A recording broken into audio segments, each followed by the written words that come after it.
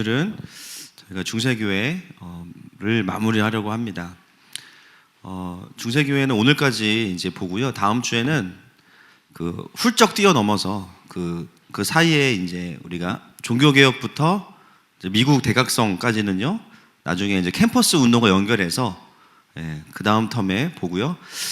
다음 주에는 우리나라로 좀 빨리 넘어와서 평양대봉 운동에 대해서 좀 나누려고 합니다. 참 놀라운 것은 역사를 보면서 많은 지식이나 사실도 되게 중요하거든요. 그런데 더 중요한 건 뭐냐면은 그 역사 속에서 일하고 계시는 그 하나님을 보는 것이 더 중요해요. 아멘이십니까? 그게 참 중요합니다. 제가 평양대봉 운동을 공부하면서 너무 많이 울었어요. 왜냐하면 이게 대한민국과 이 한반도 전체, 한반도를 향한 그 하나님의 청사진이 먼저 임했거든요. 너무나 놀랍고 어떤 정치적인 어떤 제도가 아니라 그냥 수천 년 동안 아주 한과 고통이 서려 있는 이 500번이 넘게 외세의 침략을 받은 이 아주 한이 많은 이 나라에 너무나 짧은 순간에 하나님의 복음이 탁 임하면서 이미 이 땅은요, 한반도는 복음으로 한번 킹덤이 임했던 땅입니다. 할렐루야. 그게 너무 중요해요. 그래서 그때 하나님이 어떤 일을 행하셨는지, 그리고 그 이후에 하나님께서 이 땅을 어떻게 인도해 오셨나, 그런 시간들을 쭉 추적하면서 그것들을 잘 정리하면 어떤 유익이 있냐면요, 지금과 앞으로 하나님이 어떻게 하실지가 보입니다. 지금 어떤 일어나는 현상이 중요한 게 아니라, 물론 그 현상이 다 연결돼서 이제 그렇게 일하시는 하나님을 보겠지만, 하나님이 정말 이 남한과 북한을 이렇게 사용하시겠구나, 이런 부분들을 다음 주에 이제 보도록 하겠습니다. 오늘은 중세교회 1000년을 우리가 지나가야 돼서 1분도 아니고죠. 몇 초에 몇 년씩 막 지나갑니다. 이제 중세교회는 세 가지의 특징이 있습니다. 첫 번째가 뭐냐면요, 교회와 교황, 이 첫 번째 특징입니다. 여러분, 교황 제도 아시죠? 이 교황 제도는 어디서부터 시작되었는가? 잘 아시겠지만 같이 한번 다시 확인해 보겠습니다. 말씀 마태복음 16장 16절부터 18절까지 말씀입니다. 시작. 시몬 베드로가 대답하여 이르되 주는 그리스도시요 살아계신 하나님의 아들이시니이다. 예수께서 대답하여 이르시되 바요나 시몬아 내가 복이 있도다. 이를 내게 알게 한 이는 혈육이 아니요 하늘에 계신 내 아버지시니라. 또 내가 내게 이르노니 너는 베드로라. 내가 이 반석 위에 내 교회를 세우리니 음부의 권세가 이기지 못하리라. 아멘. 교황의 제도의 시작은 이 본문에 대한 해석으로부터 시작이 됩니다. 시몬 베드로의 신앙 고백을 들으신 예수님께서 말씀하시죠. 18절 말씀에 내가 이 반석 위에 내 교회를 세우겠다. 그래서 이제 이 반석을 무엇으로 해석하느냐에 따라서 엄청난 차이를 이제 만들어내게 되는데요. 이 반석을 사람인 베드로가 원래 페트라, 반석이기 때문에 이 반석은 베드로구나. 베드로가 그런 고백을 했기 때문에 그 베드로라는 사람 위에 교회를 세우시겠다고 말씀하셨구나. 이렇게 해석한 분들이 누구냐면 중세시대의 카톨릭입니다. 그런데 여러분, 이 본문만 우리가 정확하게 봐도 그런 해석을 하지를 않습니다. 왜냐하면요, 본문에 쓰인 반석은 3인칭 여성 단수인데요, 개반은 2인칭 남성 단수입니다. 달라요. 그냥 다름에도 불구하고 이 반석을 베드로라고 해석을 하면서 결국 이 작은 미묘한 차이 같지만 이 차이가 이후에 1000년 동안의 교회의 암흑기를 만들어내는 너무나 큰 해석의 오류를 범하게 되죠. 제가 역사를 보면서 깨닫는 것은 뭐냐면 곳곳에 이 뱀이 찾아와요. 창세기 3장의 그 뱀이 거기만 찾아오는 게 아니라 개인의 삶에도 찾아와서 그 혀를 날름거리고 또 역사 속에도 중요한 시점에 항상 등장해 있습니다. 뱀의 가장 주특기, 이간질. 틈을 벌리고 조금씩 바꾸어서 나중에 완전 반대쪽으로 결론을 내게 만드는, 항상 그런 식으로 이제 뱀이 사역을 하는데 이 과정에서도 엄청난 왜곡들이 있는 걸 보게 돼요. 제가 요즘 더 느끼는 건 뭐냐, 여러분도 마찬가지시겠지만 여러분, 신앙생활은요 진리의 전쟁입니다. 맞습니까?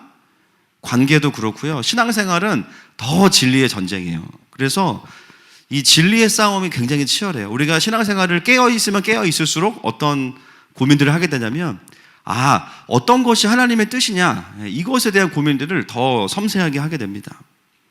카톨릭은 이 반석을 베드로로 보았기 때문에 그 예수 그리스도에 대한 믿음의 고백이 아니라 사람에게 교회의 권한을 주게 됩니다. 그래서 카톨릭은 지금도 교황이 가장 큰 권위를 갖게 되죠. 사실 이것을 우리가 좀 카톨릭에만 적용하기보다는 좀 우리의 삶이나 교회 안으로도 가지고 들어올 필요가 있어요. 카톨릭만이 문제가 아니라 사실은 뭐 개신교도 마찬가지죠. 교회에서도 어떤 사람이나 리더나 목회자도 복음 앞에서는 절대적일 수 없습니다. 맞습니까, 여러분? 예수님만이 절대적이셔야 돼요. 교회는 반드시 그 위에 세워져야 됩니다. 아무리 하나님이 쓰시고 또 성령 충만해 보여도요, 그 경건의 능력은 그 사람에게 소유된 것이 아니라 그 사람 안에 계시는 그리스도로부터 나오는 것입니다. 그래서 우리가 이것을 늘 우리에게도 적용하는 것이 필요해요. 캐톨릭을 비판하는 데만 쓰는 것이 아니라, 그러면 거기만 그런가? 우리도 마찬가지구나. 이 돌아봄이 참 필요하겠죠. 아무튼 중요한 것은 카톨릭은 그 사제나 감독이 왜 있어야만 교회냐? 바로 이 본문에 대한 해석 때문입니다. 그래서 아무리 성도들이 많이 있어도요, 거기에 그러니까 쉽게 말하면 사제나 감독이나 목회자가 없으면 교회로 인정할까요, 안 할까요? 인정하지 않습니다. 이게 이제 큰 차이겠죠. 역할론적으로 교회에 목회자가 필요하다, 그런 관점이 아니라 존재적으로 아예 교회라고 인정하지 않습니다. 그래서 이그나티우스가 뭐라고 하냐면, 처음으로 이제 캐톨릭이라는 말이 쓰여지게 한 사람이 이 사람인데요. 같이 한번 읽어보겠습니다. 시작. 해악의 근원인 분열을 피하십시오.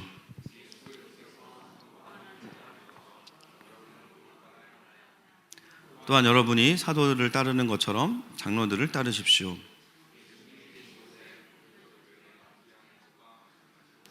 감독이 있는 곳에 회중들이 모이게 하십시오. 자, 우리 같으면 이런 실수를 안 할 것 같죠. 그런데 참 놀랍게도 어떤 부분에서 왜곡되거나 비진리가 들어오면요, 그거 위에 계속 쌓여요, 뭐가. 그래서 저런 이야기들을 하게 됩니다. 별 특이한 점이 없는 것 같은데 라고 보이시지만, 잘 보시면 보편적 교회가 존재하는 것과 마찬가지로 감독이 있는 곳에 회중들이 모이게 하십시오. 왜 이렇게 사제 중심적인 교회론을 가지고 있는가? 본문에 대한 해석 때문에 그렇습니다. 원래는 통일된 신학을 만드는 게 보편적 교회의 이제 가장 큰 부분이었는데요. 그러려면 사실은 사람에게 집중하면 안 되고 어디에 집중해야 될까요? 말씀과 신학과 교리에 집중해야죠. 우리가 믿는 바가 무엇이냐? 우리가 이해하는 복음이 무엇이냐? 성경이 말하는 것이 무엇이냐?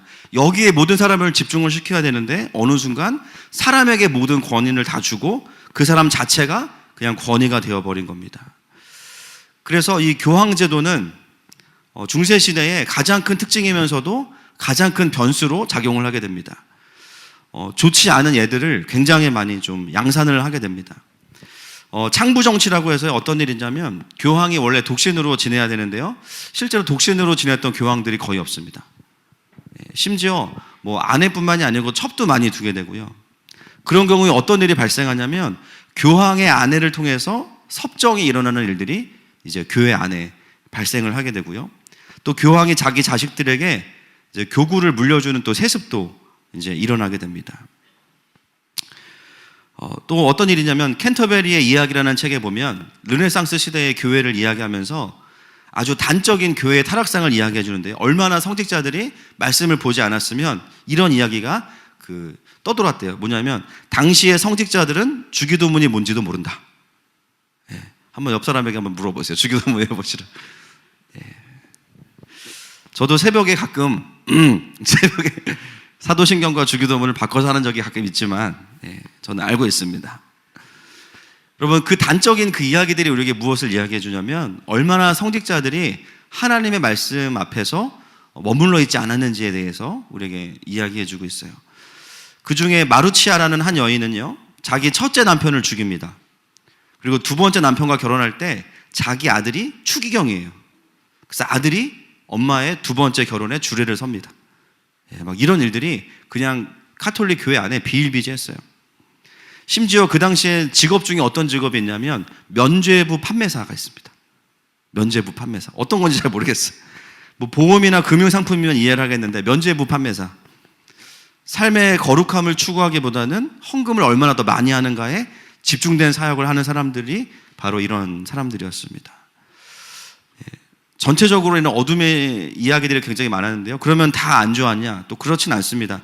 나름 또 역할을 했던 교황도 있어요. 제가 또 너무 안 좋은 얘기만 하면 그래서 그레고리 1세인데요. 그레고리 전에도 교황이라는 말이 많이 있었지만 이 카톨릭에서 교황다운 교황으로서 딱 자리를 매김한 사람이 누구냐면 그레고리 1세입니다. 이 사람은 14년 동안 활약을 하면서 다른 점이 있어요. 수도원 출신이에요. 나중에 수도원 얘기도 하겠지만 수도원 출신들은 조금 달랐습니다. 그 당시 수도원은 그래도 상태가 좀 좋았기 때문에 기존의 권력의 맛을 보지 않은 사람이어서 굉장히 순수하고 또 신앙심 있는 사람이었습니다. 그래서 이 교황은요, 영국과 필요한 곳에 좋은 선교사들을 파송하고요, 그 중에 한 사람이 어거스틴입니다. 이 성 어거스틴은 아니고 이름 동명이인입니다. 또 이 사람은 교황으로서 어떤 일을 하게 되냐면 476년에 서로마가 망한 뒤에 황제가 없는 시간이 있었습니다. 근데 그 시간 동안에 황제가 없기 때문에 그 역할을 누가 대신했는가? 그레고리 1세가 대신하게 됩니다. 그러면서 그 당시에 그 쳐들어왔던 많은 나라들과 무력으로 싸우는 것이 아니라 잘 외교를 통해서 그 나라를 또 평정하고, 그러므로 인해서 교황에 대한 신뢰와 권위가 굉장히 회복되게 만든 사람이 바로 또 그레고리 1세라는 사람이 있습니다. 그런데 아무리 이제 찾아봐도 찾아볼 수 없는 부분이 뭐냐면요, 뭔가 하나님에 대한 이야기를 찾기가 굉장히 어렵다는 거예요. 그냥 정치적인 얘기와 국가적인 얘기들은 많이 풀어지지만 그 속에서 어떤 하나님의 통치, 하나님의 일하심, 이런 이야기들을 찾기에는 참 쉽지 않다는 것입니다. 두 번째 특징은 뭐냐면 수도원인데요. 수도원은 언제부터 생겼냐면 3세기 말에 콘스탄틴 이후부터 이제 등장하기 시작합니다. 기독교가 국교로 인정되고 나서 어떤 일이 벌어졌죠? 교회가 세속화되기 시작했어요. 교회가 세속화되기 시작하면서 어떤 일이 벌어졌냐면 기독교의 부패와 세속화에 대항해서 나온 그룹이 바로 이 수도원 운동입니다. 재밌는 사실은요, 목회자들 중심이 아니고 일반 신자들을 중심으로 수도원 운동이 일어났어요.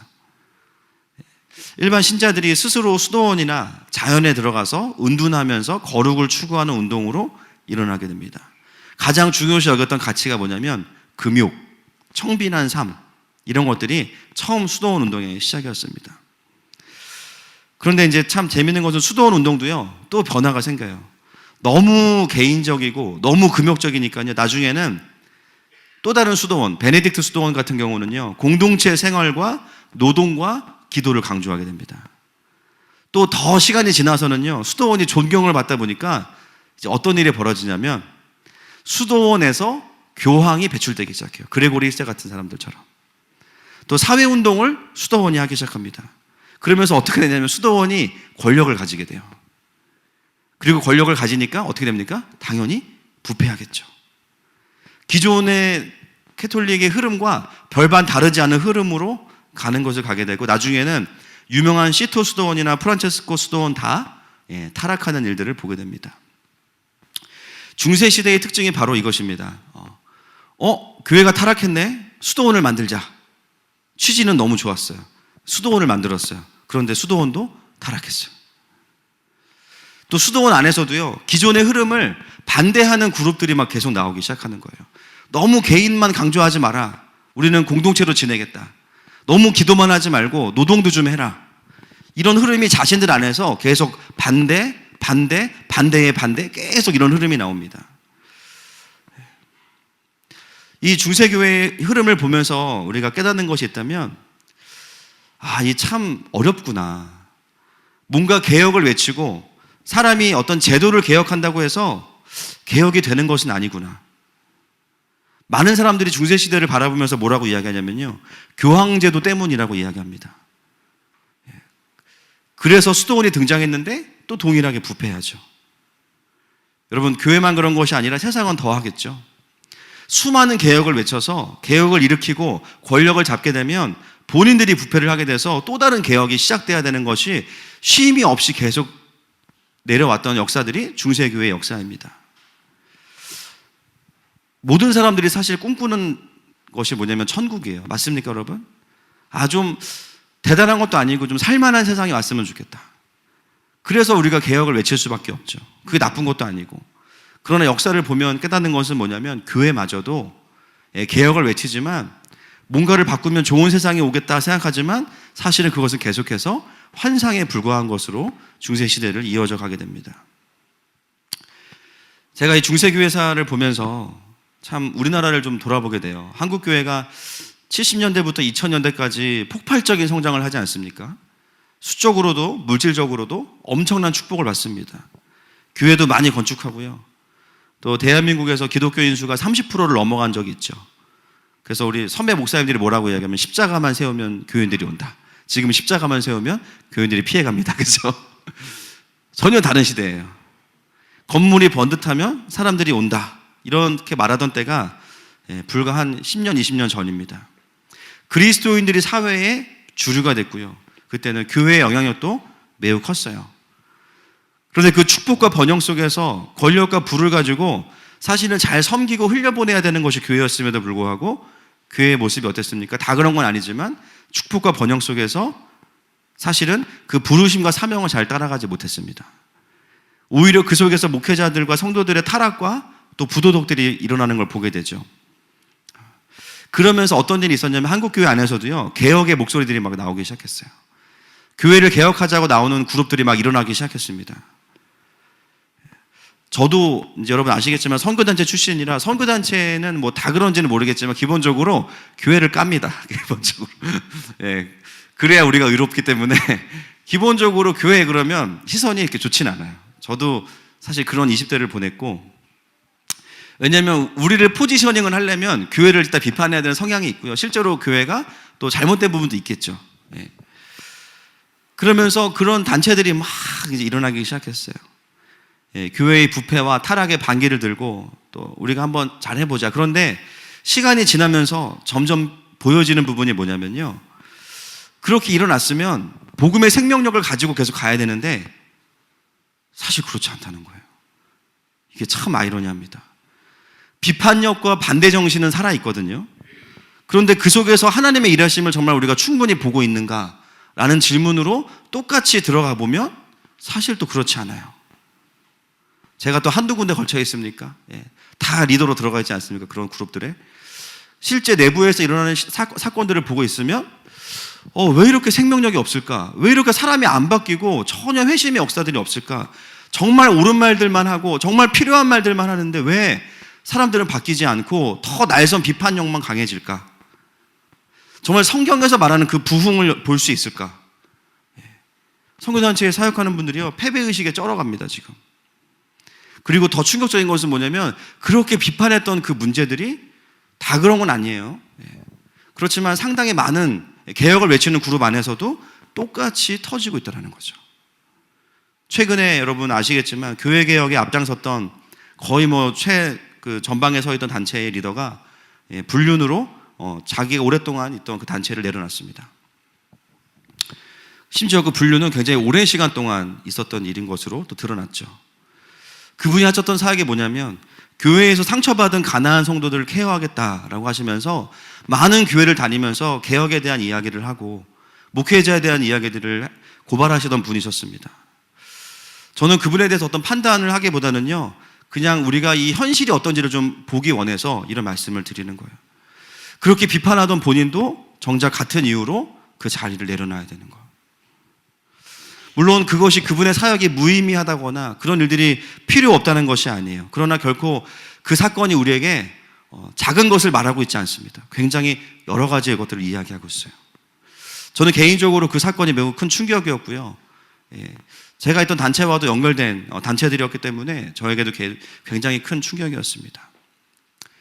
중세시대의 교회를 비판하면서 대안이라고 하던 수도원마저도 똑같은 문제를 경험하는 것들을 시간이 지나면서 보게 됩니다. 순수했던 수도사들이 어느 순간 거룩에 대한 열망에 사그라들고 다른 교황과 다르지 않은 모습으로 살아가는 모습을 보게 됩니다. 오히려 그 수도원에서의 고행과 수많은 그 공로들이요, 교회 안으로 들어오면서 율법주의가 돼요. 너 금식 얼마나 했니? 금식 하시는 분들 정죄하는 거 아니에요? 적어도 뭐 열흘은 해야지, 20일은 해야지. 너 로마 성당 계단 무릎으로 올라가 봤어? 신율법주의. 삶을 너무 강조하다 보니까 내가 의롭게 살아가는 삶이 다른 사람을 향해서 판단의 근거가 돼요. 교회 안에도요, 과거의 율법주의는 아니지만 신율법주의가 너무 많죠. 예배 빠지면 그 사람 정죄하고, 그렇죠? 뭔가 내가 열심히 하면 그게 기준이 돼서 그렇게 하지 않는 사람들을 속으로 판단하고 있고, 그게 뭡니까? 신율법주의죠. 초대교회나 중세교회나 근대교회의 문제가 상황은 좀 다를 수 있지만 결국은 뭐냐면요, 문제의 본질은 심플해요. 죄의 문제예요. 맞습니까, 여러분? 개혁을 외치는 사람이든 기존의 교회에 있던 사람이든 이 역할이 틀렸다는 것이 아니라 중요한 것은 뭐냐면 죄의 문제가 해결되지 않으면 그냥 똑같아요. 근데 여기에도 누가 작용할까요? 뱀이 찾아옵니다. 이게 이제 문제인 거예요. 이 심플한 죄의 문제를요, 엄청 복잡하게 만들어요. 교황의 문제다, 뭐가 문제다, 뭐가 문제다. 교황이 죄 있는 게 문제인데 그 심플한 문제를 너무 복잡하게 꼬아서 만들어갑니다. 그래서 뭐 교황제도를 없애자, 권력을 분산시키자. 여러분, 권력을 분산하면 아무 일도 안 일어나나요? 그렇지 않습니다. 물론 제도라는 것이 인간이 타락했을 때 지켜줄 수 있는 최소한의 구조는 만들 수 있어요. 그러나 본질적인 회복은 안 되죠. 왜냐하면 그것은 그 개인의 죄의 문제이기 때문이에요. 수도원이 생겼지만 결국 교회를 새롭게 하는 역할들을 감당해내지 못합니다. 그래서 중세교회는요, 반대의 반대, 이걸 계속하는 진자운동을 하는 것이 중세교회의 모습이에요. 근데 그 원인이 무엇인가? 이제부터 진짜 중요합니다. 중세교회의 세 번째 특징을 통해서 우리가 이제 알게 되는 것이죠. 중세교회의 세 번째 특징 한번 읽어주십시오. 시작. 성상, 성화, 성체. 예, 제가 설교가 아니니까 제가 말을 많이 하게 돼서 물 먹을 시간이 없네요. 예, 세 번째 특징을 통해서 우리가 이 중세시대의 가장 큰 암흑기의 원인을 알 수가 있습니다. 중세교회의 세 번째 특징은 성상과 성화와 성체입니다. 예, 어떤 성인들을 그려놓거나 모양으로 만들어 놓거나 아니면 성경의 장면들을 그림으로 탁 만들어놔요. 성체는 뭡니까? 예, 성찬할 때 먹는 그 성체죠. 예. 왜 이런 것들이 그 시대의 특징이 됐냐면 이유는 간단해요. 예, 말씀을 가르치지 않았기 때문이에요. 이게 가장 큰 원인입니다. 말씀을 가르치지 않고요. 말씀을 어떻게 가르치냐면 라틴어로 그냥 설교해 버리는데요. 제가 여러분들 모아놓고 방언으로 설교하는 거예요. 쉽게 말하면. 예, 방언으로 삐빠빠룰라 이러면 못 알아듣잖아요. 그렇죠? 무슨 말인지. 라틴어를 모르는데 사람들이 와가지고 앉아서 라틴어를 그냥 설교를 해버리니까 사람들이 몰라요.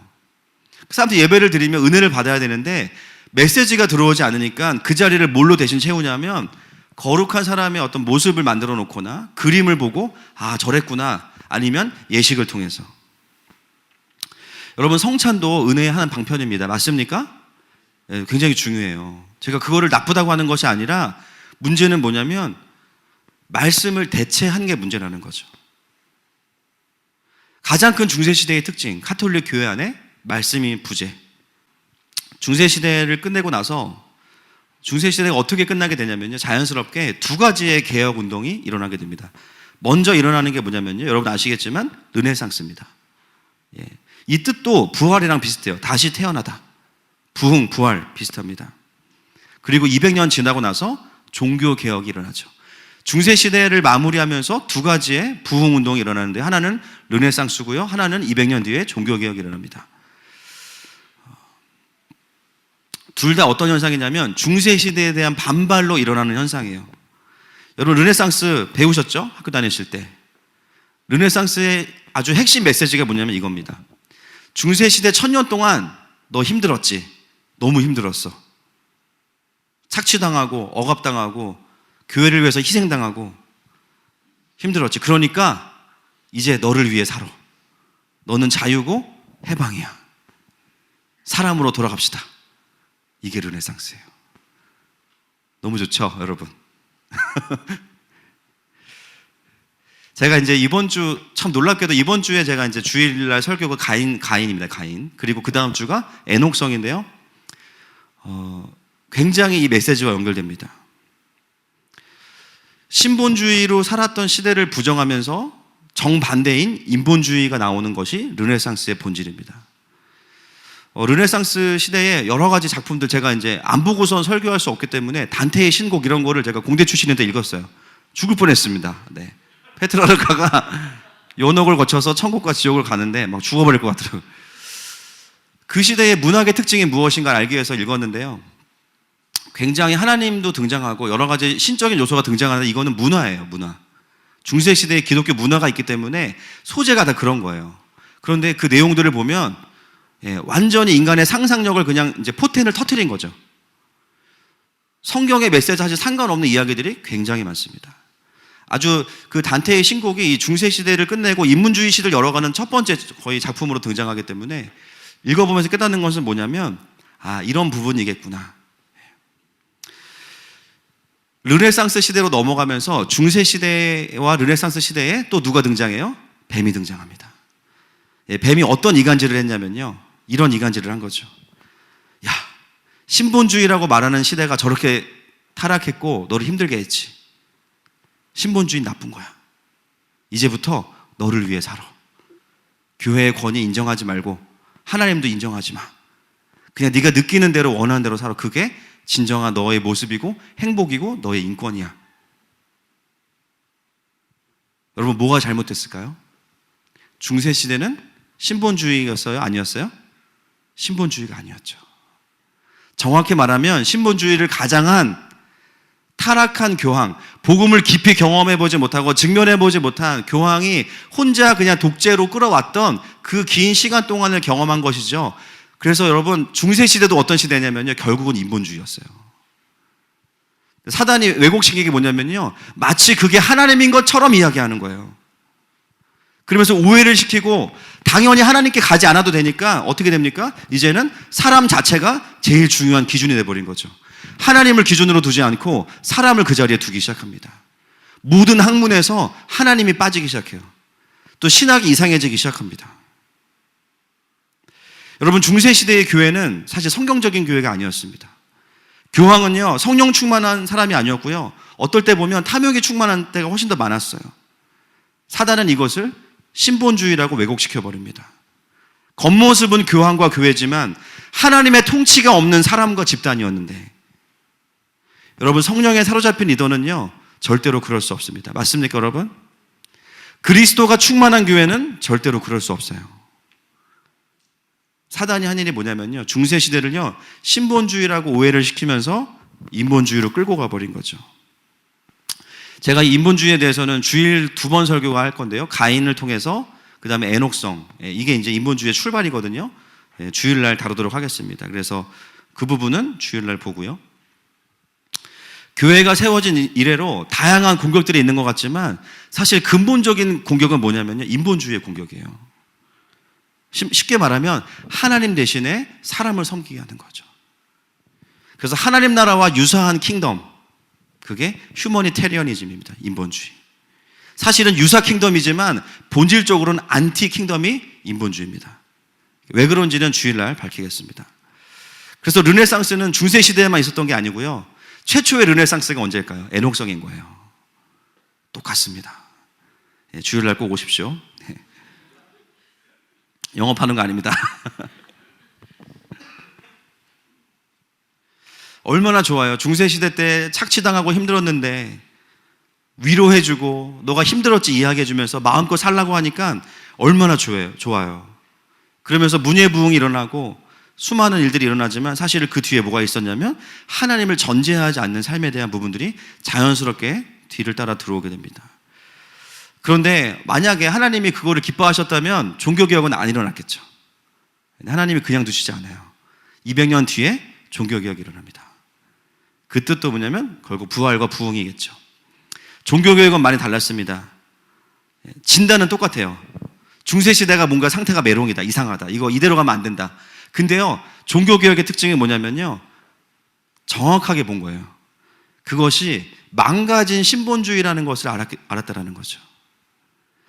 왜 르네상스가 문예부흥으로 갔냐면요, 하나님을 전제로 한 교회가 세상을 그렇게 어렵게 만들었기 때문에 하나님이 없던 고대 그리스 로마로 회귀한 게 르네상스거든요. 종교개혁은 어디로 돌아가냐면 어거스틴으로 돌아가는 거예요. 성 어거스틴. 다시 말씀. 그래서 종교개혁은 뭐냐면 제대로 된 신본주의로 돌아가자. 이게 종교개혁의 방향이었습니다. 제가 이것을 보면서 정말 중요한 걸 깨달았어요. 반대를 위한 반대, 이걸 제가 진자운동이라고 하는데요, 진자운동은 절대로 진리에 도달할 수 없어요. 그냥 극과 극을 왔다 갔다 할 뿐입니다. 그럼 어떻게 하면 우리가 진리를 찾을 수 있냐면요, 진짜가 뭔지를 하나님께 물어봐야 됩니다. 할렐루야. 이게 진짜 중요한 거예요. 많은 사람들이요, 진자운동을 합니다. 진자운동. 여기가 싫으니까 저 끝으로 가요. 하나님이 원하시는 건 뭐냐면요, 진자운동이 아니고 따라합시다. 진짜운동. 진짜운동. 진짜가 뭐지? 진짜가 뭐지? 진리가 뭐지? 하나님 원하시는 게 뭐지? 원래의 그림으로 돌아가야만 진짜 개혁이 있고 부흥이 있어요.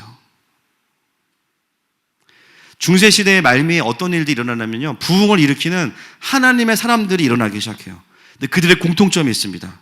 말씀의 사람들이라는 거예요. 성령의 사람들이라는 거예요.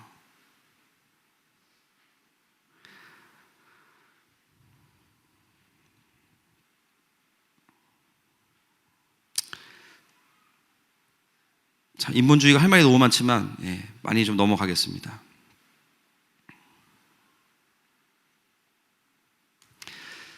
중세시대에 하나님께서 완전히 개혁을 일으키시기 전에요, 일으키시는 사람들이 이런 사람들입니다.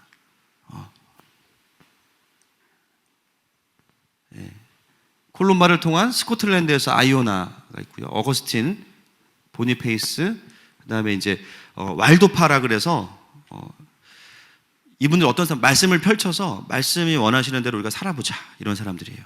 자신들의 신앙의 기초를 어디에 두냐면 말씀에 둡니다. 남부 프랑스의 부유한 상인의 아들로 태어났는데요, 1170년에 깊은 하나님을 임재를 경험합니다. 하나님과 인격적으로 만나요. 그리고 나서 가난한 삶과 복음 전파의 삶에 헌신하기로 결정합니다. 그러면서 마태복음 19장 21절 말씀을 딱 봤습니다. 그 말씀이 뭐냐면요, 내가 온전하고자 할진대 가서 내 소유를 팔아 가난한 자들에게 주라. 여러분, 이런 말씀 나오면 빨리빨리 넘어가시죠. 안 보인다 그러고 막. 근데 이분은 거기서 하나님의 음성으로 들었어요. 그래서 굉장히 부자였는데 자기의 소유를 팔아서 아내와 자녀들에게 줄 최소한의 것만을 남겨두고 가난한 자들에게 다 나눠줍니다. 다니는 마을마다 베풀고 복음을 전해요. 단순한 선행이 아니라 하나님과의 관계 안에서 주시는 말씀에 대한 반응으로서 그런 삶을 살아갑니다. 얼마나 비교가 돼요. 당시의 로마 카톨릭 지도자들과는 대비가 되죠. 성경을 평민의 언어로 번역하고 설교자를 세웁니다. 말씀을 전해요. 사람들에게 성경을 암송시키고요, 그리고 그의 단순한 삶의 스타일을 사람들이 본받기 시작해요.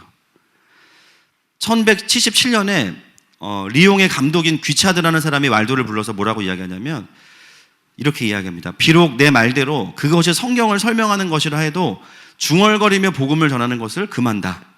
무슨 말입니까? 설교하지 말라는 거예요. 하나님의 뜻을 전하지 말아라. 너는 순종 외에는 다른 길이 없다. 그럼에도 불구하고 왈도가 뭐라고 이야기하냐면 하나님 앞에서 하나님의 말을 듣는 게 옳은가, 사람의 말을 듣는 게 옳은가 너희가 판단하라. 모든 사람에게 복음을 전하라고 하신 그분께 순종하지 않을 수 없다.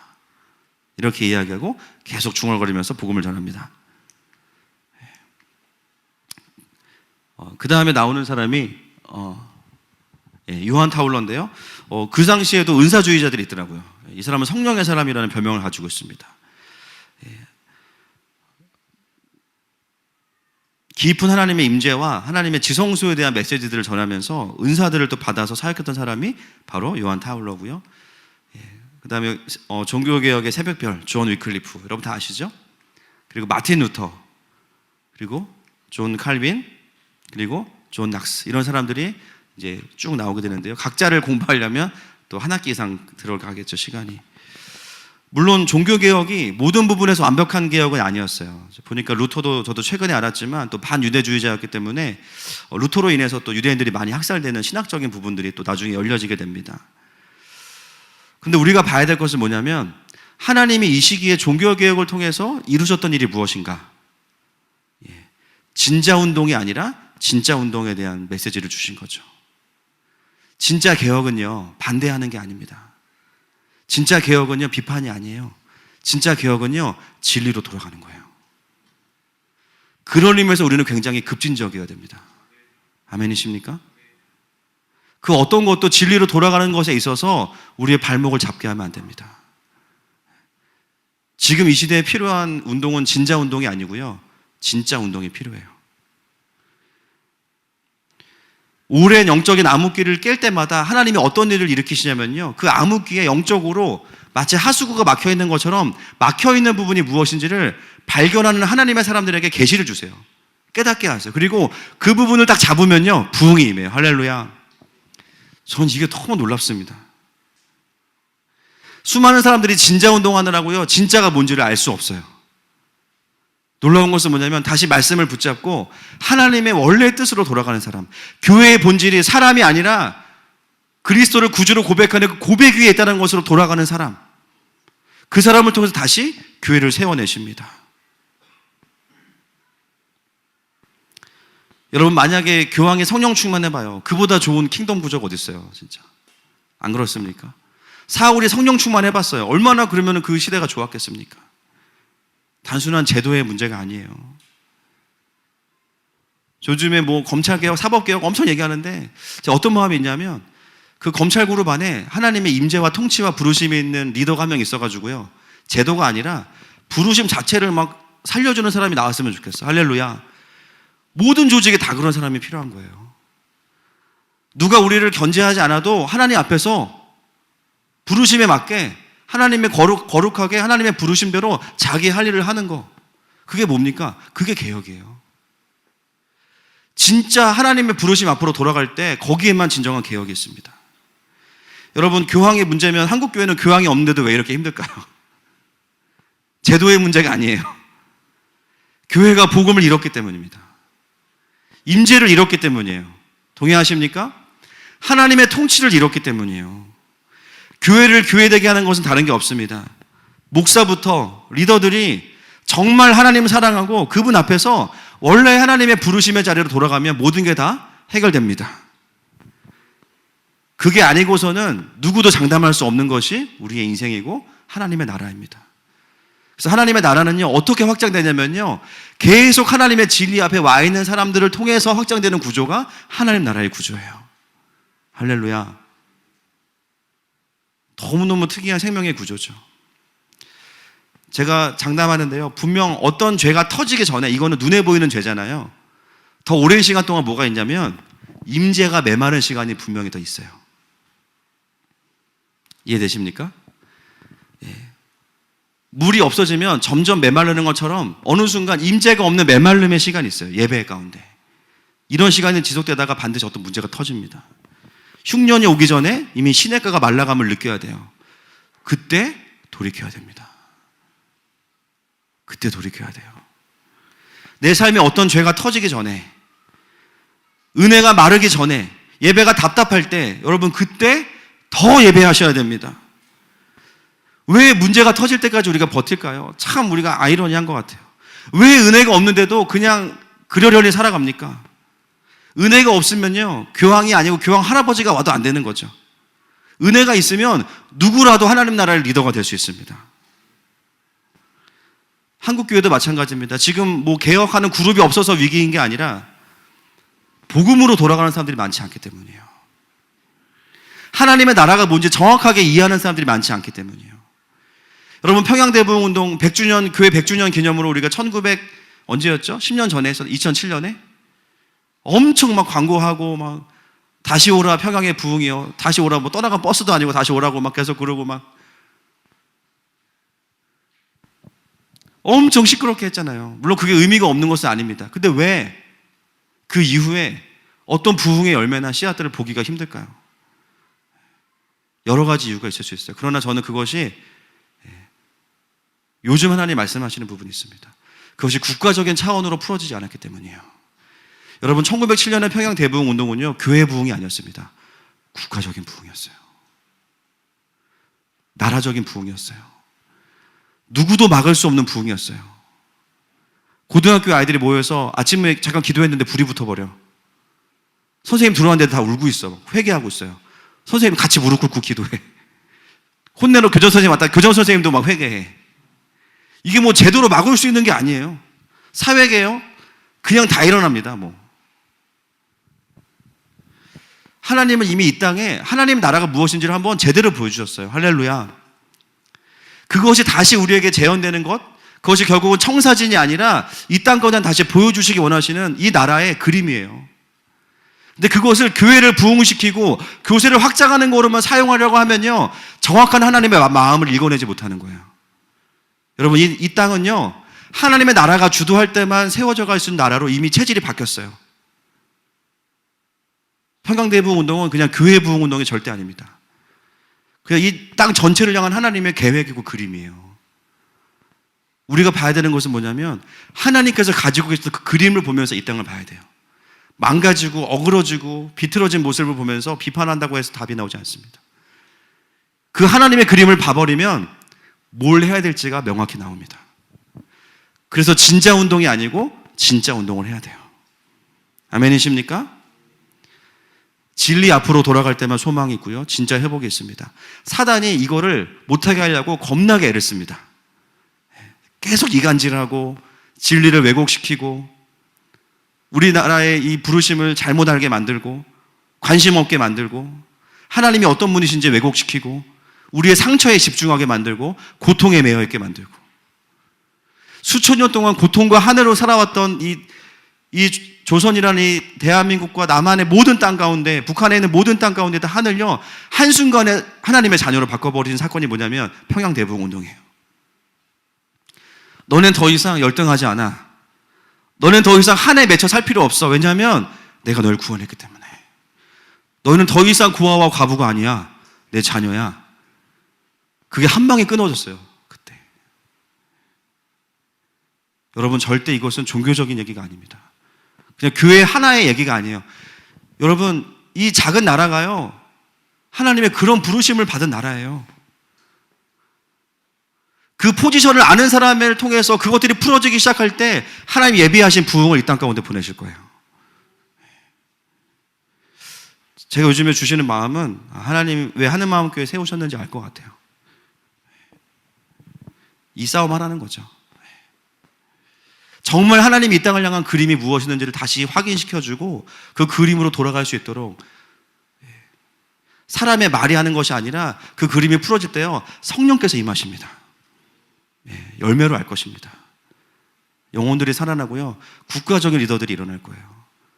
아이들이요, 국가를 품고 기도하면서 하나님의 그림대로 이 나라를 주님께 올려드리는 그런 리더십들이 곳곳에 일어날 겁니다. 여러분, 중세시대에 오랜 암흑기를 깼던 것, 하나님의 수많은 사람들이 다시 돌아가야 될 복원 지점을 정확히 알고 있었기 때문입니다. 여러분, 우리 개인도 마찬가지죠. 내 신앙이 어디로부터 망가졌나?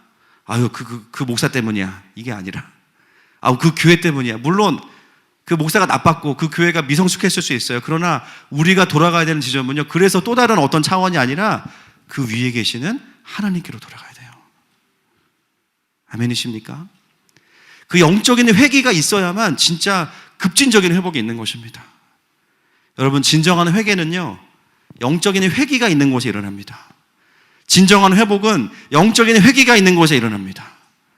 부흥은 영적인 회개가 있는 곳에 일어납니다. 우리 마지막으로 예레미야가 3장 40절 말씀 읽고 기도하겠습니다. 시작.